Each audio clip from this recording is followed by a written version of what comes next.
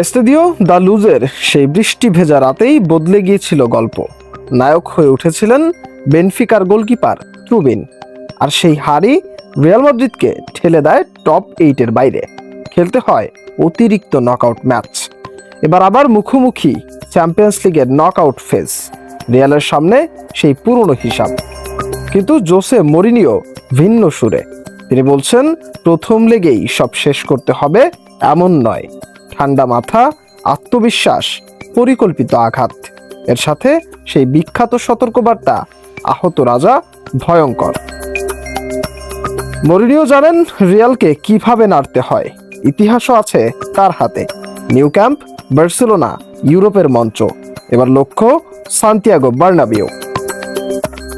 Record কিন্তু রিয়ালের পক্ষে পুরোপুরি স্বস্তির নয়। লিগ ফেজেই বেনফিকার কাছে হার প্রমাণ করেছে এই লড়াই সমানে সমান। পাবলিদিচ, কোকচু রিয়ালের ডিফেন্সকে আগেও কাঁপিয়েছে। ট্রুবিন এক ম্যাচে নায়ক, আরেক ম্যাচে ভুল। তবু ঘরের মাঠে এখনও অপরাজিত মরিনিওর দল। অন্যদিকে রিয়ালও প্রস্তুত। নতুন ভরসা ট্রেন্ট আলেকজান্ডার-আর্নল্ড।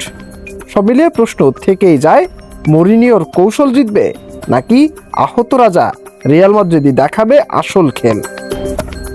মোহাম্মদ মাশরাফি, রূপান্তর স্পোর্টস।